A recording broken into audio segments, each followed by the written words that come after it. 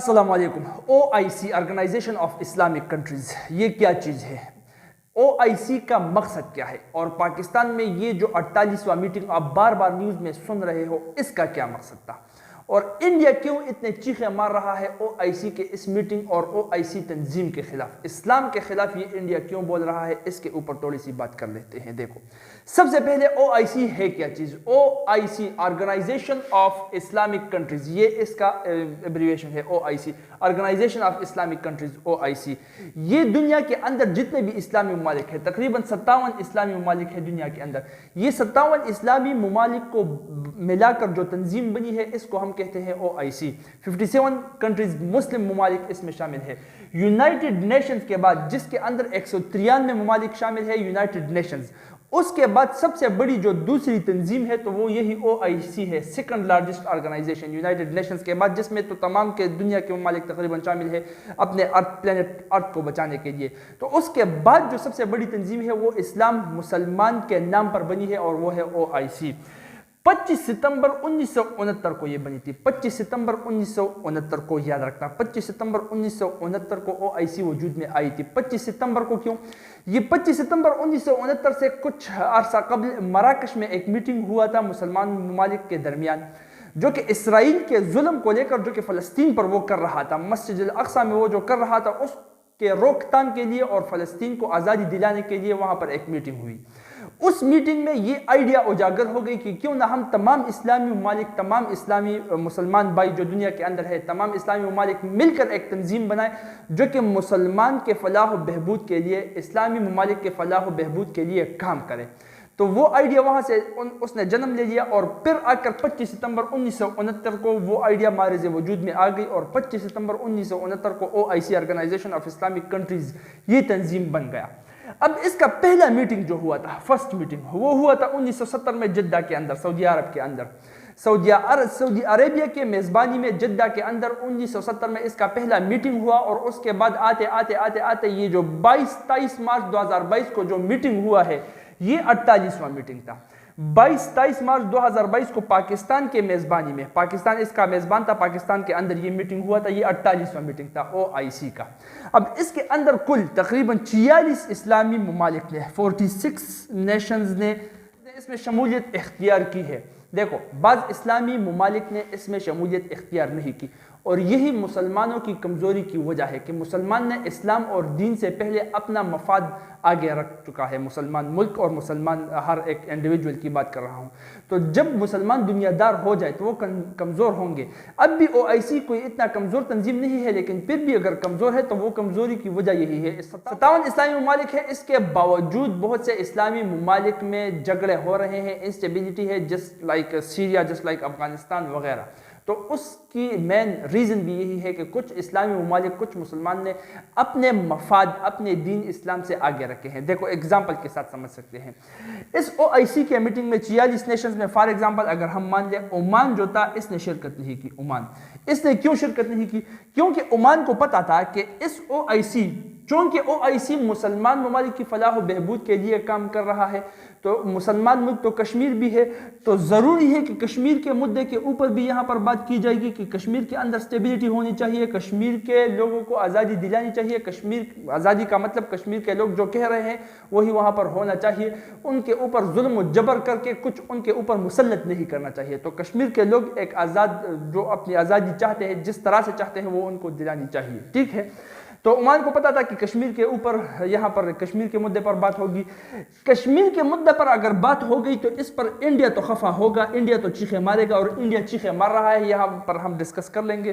اور یہ عمان جو ہے یہ انڈیا کا ایک بہت اچھا ٹریڈنگ پارٹنر ہے، تو یہ عمان سمجھ رہا تھا کہ میرا یہ تجارت، یہ ٹریڈنگ انڈیا کے ساتھ میرا تعلقات خراب نہ ہو جائے، کیونکہ یہاں پر کشمیر کا مدعا ڈسکس ہوگا OIC کے اندر، تو میں OIC کے اندر نہیں جاؤں گا، اور OIC میں اس نے اپنی شرکت نہیں کی۔ تو یہی مسلمان کی آج کل کی کمزوری ہو گئی ہے۔ وہ قرآن میں بھی اللہ تعالیٰ فرماتے ہیں نا کہ وَإِنَّ لِحُبِّ الْخَيْرِ لَشَدِيدٌ، دنیا کے مال و دولت کے محبت نے شدید طور پر اس کو گھیر لیا ہے، اس کی محبت نے شدید اس کے اندر وہ محبت پیدا کر لی ہے اس مال دولت نے، تو مسلمان پیچھے رہ گیا۔